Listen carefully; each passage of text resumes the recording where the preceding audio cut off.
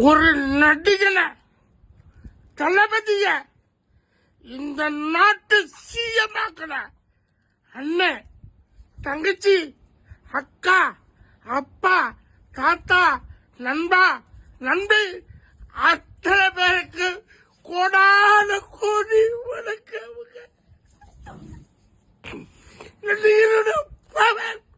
தெரியணும் ஏன்னா 130 படம் நடிச்ச ஒரு நடிகன் நான் ஆடணும்.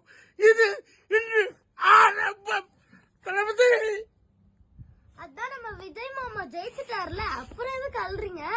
இனி ஜெயிச்சது மட்டும் பத்தாது, மக்கள் நம்மள மக்கள் ஒவ்வொருவரும் காப்பாற்றப்படுவார்கள்.